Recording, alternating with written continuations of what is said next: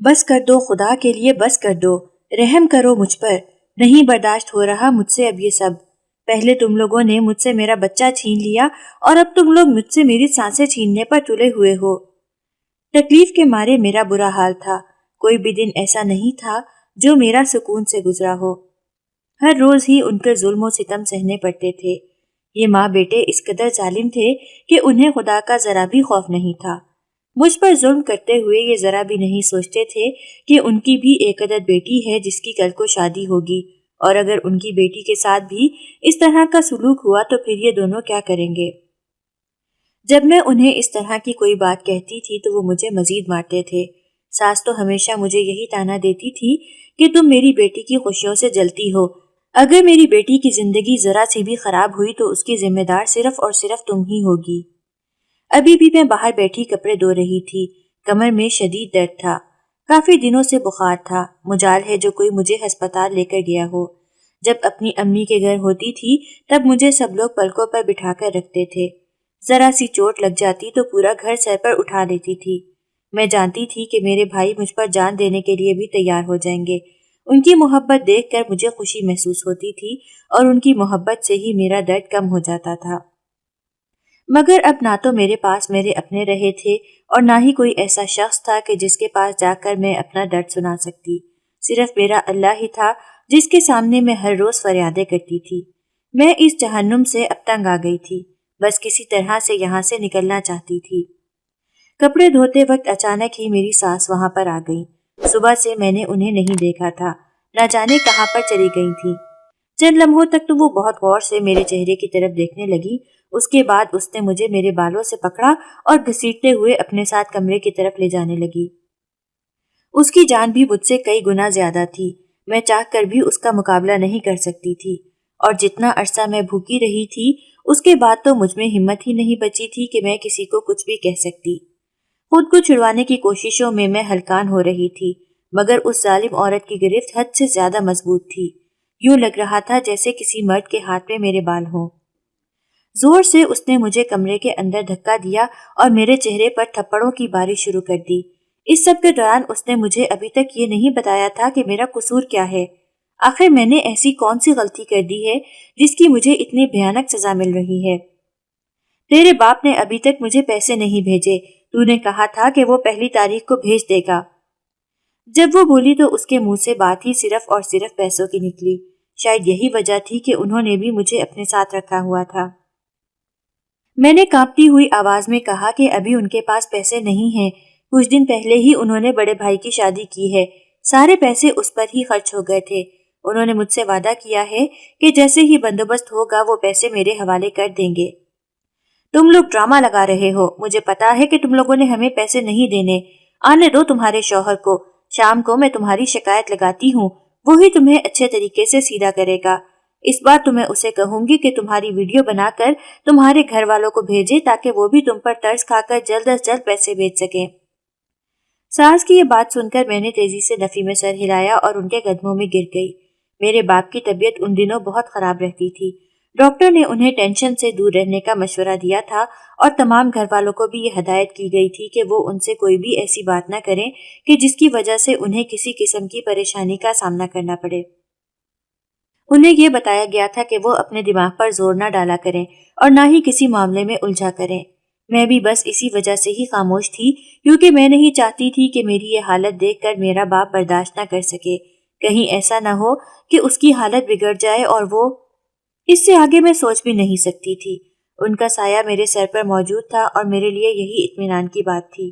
اس سے زیادہ مجھے کچھ بھی نہیں چاہیے تھا اور نہ ہی کبھی میں نے کسی اور چیز کی تمنا کی تھی۔ میں نے جب اپنی ساس کے دوبارہ سے منتیں کی تو وہ بولی، ٹھیک ہے، میں ایک شرط پر تمہارے باپ کو نہیں بتاؤں گی، پہلے مجھے یہ بتاؤ کہ تمہاری ماں نے تمہیں جو سونے کا سیٹ دیا تھا وہ تم نے کہاں پر رکھا ہوا ہے؟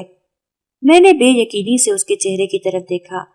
وہ واحد سونے کا سیٹ تھا جسے میں نے چھپا کر رکھا ہوا تھا، اور اس کے بارے میں نے کسی کو بھی نہیں بتایا تھا سوائے میرے شوہر کے، جسے شادی کی پہلی ہی رات میں نے جوش میں آ کر ساری تفصیل دے دی تھی۔ اس وقت میں بالکل بھی نہیں جانتی تھی کہ یہ اپنی ماں کا چمچہ ہے اور مجھے یہاں پر صرف اور صرف نوکرانی بنانے کے لیے لایا ہے۔ میں اپنی ساس کے سامنے مکرنے ہی والی تھی کہ اس نے دوبارہ سے مجھے بالوں سے پکڑ لیا اور چیختے ہوئے بولی، خبردار جو تم نے انکار کرنے کی کوشش کی، میں اچھی طرح سے جانتی ہوں کہ تمہارے پاس وہ سیٹ پڑا ہوا ہے، میں نے کل تمہیں بات کرتے ہوئے سنا تھا۔ اپنی ساس کی یہ بات سن کر میں ہوش کی دنیا میں آئی تو یہی وجہ تھی کہ کل رات اس نے میری بے عزتی نہیں کی تھی اور نہ ہی اس نے مجھے مارا تھا، تو وہ یقیناً اسی وجہ سے تھا کیونکہ وہ اپنا مطلب نکلوانا چاہتی تھی۔ پھر وہ الماری کی طرف دیکھنے لگی، مجھے کہنے لگی کہ تم مجھے اپنے ہاتھوں سے نکال کر دو گی یا پھر میں خود ہی جا کر سب کچھ بکھیر دوں۔ مجھے پتا چل گیا تھا کہ اب بچت نہیں ہو سکتی اور میں نہ چاہتے ہوئے بھی اٹھی اور الماری سے اسے وہ سیٹ نکال کر دے دیا جو میری دادی کی امانت تھا۔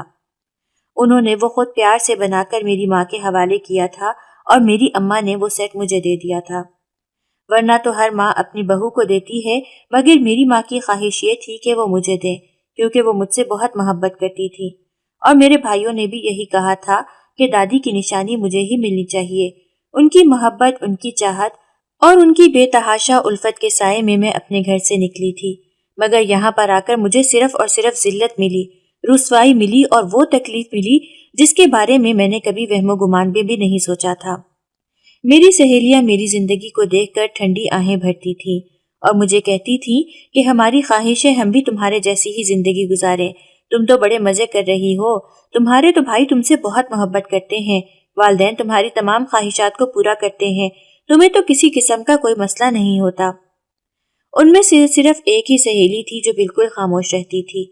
ایک دن جب میں نے اس سے اس بارے میں پوچھا تو وہ ٹھنڈی آہ بھر کر کہنے لگی، نصیب کے بارے میں انسان کچھ بھی نہیں کہہ سکتا، میری صرف اور صرف یہی دعا ہے کہ اللہ تعالیٰ تمہارا نصیب اچھا کرے۔ والدین کے گھر میں تو سبھی سکون سے رہتے ہیں، لیکن اصل امتحان تو اس وقت شروع ہوتا ہے جب بچیاں اپنے آنگن سے باہر قدم رکھتی ہیں اور ایسی دنیا میں چلی جاتی ہیں جہاں پر گڑیاں اور گڈے نہیں ہوتے، بلکہ وہاں پر زمانے کی تلخ حقیقتیں ہوتی ہیں۔ تب اس کی یہ ساری باتیں میرے سر کے اوپر سے گزر جاتی تھی، لیکن اب چونکہ میں نے وہ سب کچھ اپنی آنکھوں سے دیکھا تھا اور برداشت بھی کیا تھا، اسی وجہ سے مجھے اب سمجھ آ رہا تھا اور مجھے اندازہ ہو رہا تھا کہ اس نے جو کچھ بھی کہا تھا بالکل ٹھیک تھا۔ کاش اس وقت سب لوگ میرے نصیب پر ٹھنڈی آہیں بھرنے کے بجائے میرے اچھے نصیب کی دعا کر لیتے تو آج شاید میری قسمت تھوڑی سی بہتر ہوتی اور میں ایک اچھی زندگی گزار رہی ہوتی۔ اور پھر میری آنکھوں کے سامنے ہی اس نے میری دادی کا دیا ہوا زیور نکال لیا اور اپنے ساتھ لے کر نکل گئی۔ میں اچھی طرح سے جانتی تھی کہ یہ زیور بھی وہ اپنی بیٹی کے جہیز میں رکھ لے گی۔ تکلیف کی وجہ سے میں نے اپنی آنکھیں بند کر لی۔ پہلے جسمانی تکلیف ملتی تھی مگر آج ذہنی تکلیف بھی ہو رہی تھی۔ دل کر رہا تھا کہ میں ہمیشہ ہمیشہ کے لیے ختم ہو جاؤں تاکہ اس سب سے جان چھوٹ جائے، مگر اپنی زندگی خود اپنے ہاتھوں سے بھی ختم نہیں کر سکتی تھی، ورنہ آخرت برباد ہو جاتی۔ ایک عجیب سی کشمکش میں مبتلا ہو گئی تھی میں۔ رات کا وقت تھا۔ آج میرے شوہر اور ساس دونوں کا رویہ قدرے بہتر تھا کیونکہ انہوں نے مجھ سے ایک بہت ہی بھاری سیٹ لیا تھا۔ میرے شوہر کی نظر جب میرے کپڑوں پر پڑی تو اچانک ہی کہنے لگا، یہ تم نے کیا پھیکے ہوئے رنگ کے کپڑے پہنے ہوئے ہیں؟ ایک طرف تو تم مجھ سے شکایت کرتی ہو کہ میں تمہاری طرف دیکھتا نہیں ہوں، دوسری طرف تم اپنے حلیے کی طرف توجہ دو، مجال ہے جو کبھی تم نے اپنا ذرا سا بھی خیال رکھا ہو۔ اس کی بات سن کر میں نے بے ساختہ اپنی ساس کی طرف دیکھا جس نے مجھے سنگھار کرنے سے سختی سے منع کیا تھا۔ شاید وہ ڈرتی تھی کہ کہیں ایسا نہ ہو میں اس کے بیٹے کو اپنے قابو میں کر لوں۔ وہ تو اس قدر ظالم عورت تھی کہ اپنے بیٹے کو بھی اس وقت کمرے میں بھیجتی تھی جب میں سو چکی ہوتی تھی۔ شاید وہ میرے کمرے میں آ کر پہلے چیک کرتی تھی کہ میں جاگ تو نہیں رہی۔ ارے کیا ضرورت ہے اس کو تیار کرنے کی؟ کون سا اس کی تیاری سے اس پر کوئی فرق پڑے گا؟ اس کی شکل ہے ہی گندی اور گندے لوگ کبھی بھی پیارے نہیں لگتے۔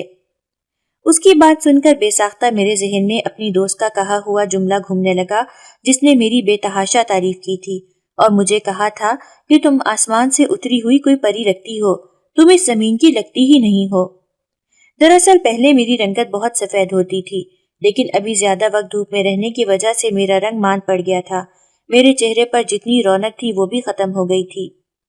اس رات جب میں اپنے کمرے میں گئی تو میرا دل چاہا کہ آج میں سنگھار کر لیتی ہوں اور اپنے شوہر کی کہی ہوئی بات پوری کر لیتی ہوں، ہو سکتا ہے کہ اسے ہم دونوں کے رشتے پر تھوڑا سا اچھا اثر پڑ جائے۔ میں نے ایسا ہی کیا۔ کالے رنگ کا ایک خوبصورت لباس نکالا جو بہت ہی خوبصورت تھا۔ میرے گھر والوں کی طرف سے ہی مجھے میری شادی پر دیا گیا تھا۔ میں نے ہلکا پھلکا میک اپ کیا۔ ذرا سی تیاری کی وجہ سے میرا حسن نکھر کر سامنے آ گیا تھا۔ میں بہت ہی پیاری نظر آ رہی تھی۔ میں ساختہ خود کو شیشے میں دیکھا تو میں مسکرانے لگی۔ آج میں خود کو بھی بہت اچھی لگ رہی تھی۔ میں نے فیصلہ کیا تھا کہ ایسی ہی بن کر رہوں گی۔ اسی وقت ہی کمرے کا دروازہ کھلا اور شوہر کمرے کے اندر داخل ہوا۔ مجھے دیکھ کر وہ اپنی جگہ پر ٹھٹک کر رہ گیا۔ اس کی آنکھوں میں بھی چمک پھیلی تھی اور لبوں پر مسکراہٹ۔ وہ یکدم ہی بہت خوش ہو گیا۔ چھوٹے چھوٹے قدم اٹھاتا ہوا میرے پاس آیا اور میرے کندھوں پر ہاتھ رکھتے ہوئے کہنے لگا، تم بہت ہی پیاری لگ رہی ہو۔ تمہارا حسن نکھر کر سامنے آیا ہے۔ بس ہمیشہ ایسے ہی بن کر رہا کرو۔ اس کی ذرا سی الفت مجھے کیا نصیب ہوئی تھی، میں خود کو ہواؤں میں اڑتا ہوا محسوس کرنے لگی۔ شاید اس وجہ سے تھا کہ وہ کبھی کبھار ہی مجھ پر نظر کرم کیا کرتا تھا، اور وہ دن میری زندگی کا سب سے خوش قسمت ترین دن ہوتا تھا۔ پھر اس نے اس رات مجھ سے بیٹھ کر ڈھیر ساری باتیں کی اور مجھ سے وعدہ کیا کہ وہ دوبارہ کبھی بھی مجھے تکلیف نہیں پہنچائے گا۔ اس کی ماں 2 بار اسے کمرے میں بلانے کے لیے آئی تھی، لیکن وہ اپنی ماں کے پاس نہیں گیا۔ مجھے پتا تھا کہ میری ساس اب غصہ ہو جائے گی اور وہ اس چیز کا مجھ سے بعد میں بدلہ بھی لے گی۔ اس کے لیے میں نے خود کو ذہنی طور پر تیار کر لیا تھا، مگر میں بہت زیادہ ڈر رہی تھی۔ پتہ نہیں اب وہ میرے ساتھ کیا کرنے والی تھی۔ اگلے دن معمول کی طرح میں صبح 6 بجے ہی اٹھ گئی۔ سب سے پہلے جا کر کچن کا کام کیا اور اس کے بعد گھر کا سارا کام سنبھال لیا۔ اس دوران وہ میرے چہرے کی طرف دیکھتی رہی۔ چونکہ میرا شوہر آفس جا چکا تھا، اسی وجہ سے اس کی طرف سے میں بے فکر ہو گئی تھی۔ جب مغرب کا وقت ہوا تو میں نے دوبارہ سے سنگھار کر لیا۔ اسی وقت ہی دروازے پر دستک ہوئی۔ میں نے جا کر دروازہ کھولا تو سامنے ہی ایک اجنبی نوجوان کھڑا تھا، جسے آج سے پہلے میں نے کبھی بھی نہیں دیکھا تھا۔ میں نے اس سے پوچھا کہ تمہیں کس سے ملنا ہے تو اس نے عجیب سے انداز میں مسکراتے ہوئے میری طرف اشارہ کیا۔ میں اس کے اشارے کو سمجھ نہیں پائی تھی۔ میرے دیکھتے ہی دیکھتے وہاں پر میری ساس چلی آئی اور شور مچانا شروع کر دیا۔ میں اس سب کے لیے بالکل بھی تیار نہیں تھی۔ تھوڑی ہی دیر کے اندر اندر وہ میرے کردار پر الزام لگا چکی تھی کہ میں اپنے حسن کی وجہ سے دوسرے مردوں کو اپنی طرف مائل کرتی ہوں۔ جب میرا شوہر گھر واپس آیا تب تک وہ مجھے مار کر فارغ ہو چکی تھی۔ میری بری حالت دیکھ کر وہ پریشان ہو گیا۔ وہ تیزی سے میرے پاس آیا۔ اس سے پہلے کہ وہ مجھے ہاتھ لگاتا، ساس نے اسے درمیان میں ہی روک دیا اور چلاتے ہوئے کہنے لگی، خبردار جو تم نے اس کی کوئی بھی بات سننے کی کوشش کی، ارے یہ تو تمہاری امانت کی ذرا بھی حفاظت نہیں کر سکتی۔ اگر اس کا بس چلے تو یہ تمہاری عزت کو داغدار کر دے اور ذرا بھی شرم محسوس نہ کرے۔ تم کل اس کی بڑی تعریفیں کر رہے تھے، دیکھو آج اس نے تمہیں اپنی اوقات دکھا دی ہے۔ اور پھر اس نے میرے شوہر کو یہ بتایا کہ میں ایک آوارہ آدمی کے ساتھ باتیں کر رہی تھی اور اسے اپنے حسن کے جال میں پھنسا رہی تھی۔ ان کی بات کرنے کی دیر تھی کہ وہ بھی مجھے جانوروں کی طرح پیٹنے لگا۔ میں چلا رہی تھی، چیخ رہی تھی، اس کے سامنے رحم کی بھیک مانگ رہی تھی، مگر اسے مجھ پر ذرا بھی رحم نہیں آ رہا تھا۔ یوں لگ رہا تھا جیسے وہ اپنے ہوش و حواس مکمل طور پر کھو چکا ہے۔ آخر کوئی انسان اس قدر ظالم کیسے ہو سکتا ہے؟ بے ہوش ہونے سے پہلے یہ آخری خیال تھا جو میرے ذہن میں آیا تھا۔ جب مجھے ہوش آیا تو میں ہسپتال میں موجود تھی۔ میری نند جو کافی عرصے سے اپنی دوستوں کے ساتھ گھومنے کے لیے گئی ہوئی تھی، وہ بھی قریب ہی کھڑی تھی۔ مجھے ہوش میں آتا دیکھ کر وہ تیزی سے چلتی ہوئی میرے پاس آئی اور میرا ہاتھ پکڑتے ہوئے کہنے لگی، بھابھی آپ ٹھیک تو ہیں؟ اس کی آواز سن کر میری آنکھوں سے تیزی سے آنسو بہنے لگے۔ صرف یہی تو ایک واحد لڑکی تھی جو تھوڑا بہت میرا خیال کر لیتی تھی اور مجھ سے ذرا سی محبت جتا لیتی تھی۔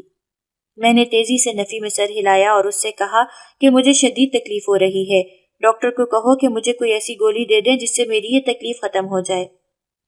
اور تب مجھے پتا چلا کہ میرے ظالم شوہر نے ڈاکٹر کو مجھے پین کلر دینے سے منع کیا تھا۔ آخر کوئی انسان اس قدر گھٹیا، اس قدر بے رحم کیسے ہو سکتا تھا؟ میں نے خود سے سوال کیا تھا، اور یہی سوال میں نے اپنی نند سے بھی پوچھا تھا، مگر وہ مجھ سے نظریں چرانے لگی۔ اسی وقت ہی وہ ظالم انسان کمرے کے اندر داخل ہوا اور مجھے ہوش میں آتا دیکھ کر تیزی سے میرے پاس آیا۔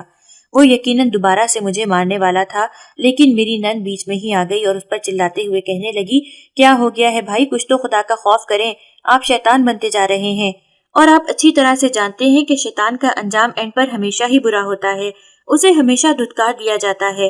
کیا آپ یہ چاہتے ہیں کہ اللہ تعالیٰ آپ کو بھی دھتکار دے؟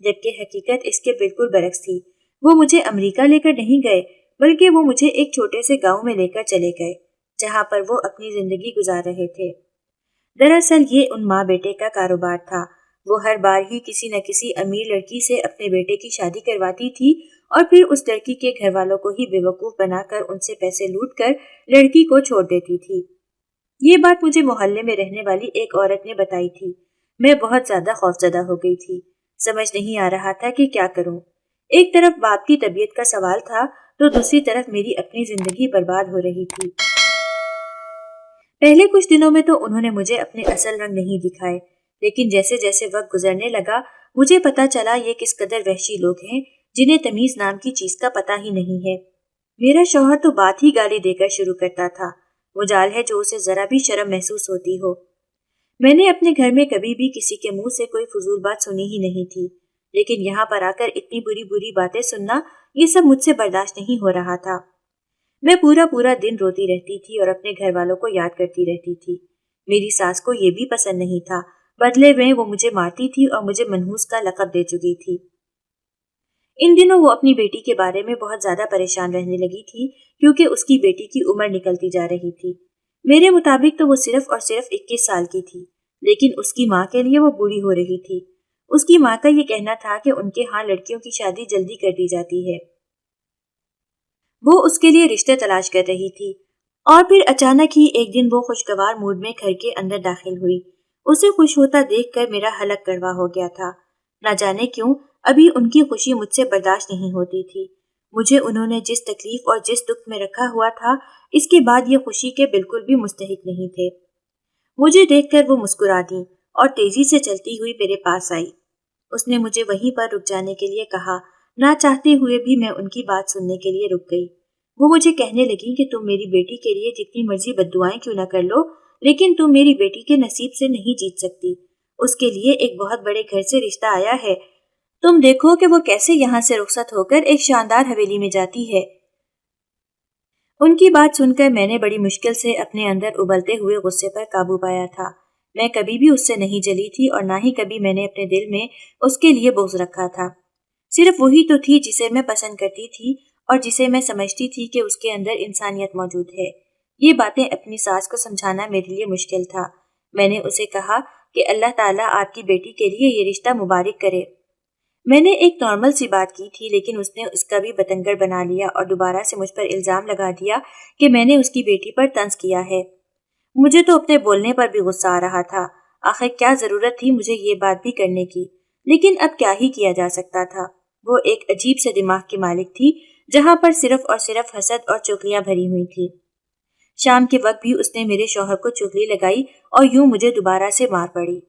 اب تو جیسے عادت سی ہو گئی تھی۔ وہ نہ صرف مجھے مارتا تھا بلکہ اب مجھے بدکرداری کے بھی طعنے دیتا تھا۔ وہ اس قدر بغیرت انسان تھا کہ مختلف مردوں کے نام میرے نام کے ساتھ جوڑتا تھا اور ذرا بھی شرم محسوس نہیں کرتا تھا، کیونکہ اس کی آواز غصے میں بہت اونچی ہو جاتی تھی اور اسے اس بات کا بھی لحاظ نہیں رہتا تھا۔ کئی بار تو محلے کی عورتوں نے بھی مجھ سے اس بارے میں پوچھا تھا کہ تمہارا شوہر تمہارے نام دوسرے مردوں کے ساتھ کیوں جوڑتا ہے؟ اب میں انہیں کیا بتاتی کہ یہ ہے ہی کمظرف انسان جس کے اندر نہ تو عقل نام کی چیز ہے اور نہ ہی اسے اچھے اور برے کی تمیز ہے۔ اسے بالکل بھی نہیں پتا کہ کون سی جگہ پر کیا بات کرنی ہے۔ اس کے کان صرف اور صرف اپنی ماں کی باتوں پر ہی لگے رہتے ہیں اور انہی کی بات ماننے پر یہ فخر محسوس کرتا ہے۔ یہ ساری باتیں میں صرف دل ہی دل میں سوچ سکتی تھی۔ ان سب سے یہ کہنے کا مطلب تھا کہ وہ دوبارہ سے جا کر میری ساس کو شکایت لگاتی اور میری بربادی کے دن پھر سے شروع ہو جاتے۔ میری نند کے سسرال والوں نے آنا تھا۔ پورے گھر میں اسی کے سلسلے میں ہی تیاریاں چل رہی تھیں۔ خدا کا شکر یہ تھا کہ ہمارا گھر اچھا خاصا بڑا تھا اور گھر کی حالت بھی ٹھیک تھی۔ یقیناً یہ بھی انہوں نے صرف اور صرف اس وجہ سے ہی بنایا تھا کیونکہ یہ اچھے خاصے لوگوں سے پیسے بٹور چکے تھے، ورنہ میں انہیں اس قابل نہیں سمجھتی تھی کہ یہ ایک کمرہ بھی بنا سکتے۔ یہ صرف اور صرف دوسروں کو دھوکہ دینا اور ان کے پیسے کھانا ہی جانتے تھے۔ میں جب سارا کھانا بنا کر فارغ ہوئی تو نہانے کے لیے چلی گئی۔ ابھی غسل خانے میں گھسنے ہی لگی تھی کہ ساس نے میرا بازو پکڑ لیا اور مجھے عجیب سے انداز میں گھورنے لگی۔ اس کا یہ انداز مجھے سمجھ نہیں آ رہا تھا۔ میں اس سوچ میں پڑ گئی کہ اب مجھ سے ایسی کون سی غلطی ہو گئی ہے یا ایسا کون سا گناہ ہو گیا ہے جو یہ دوبارہ میرے متھے سے آ لگی ہے۔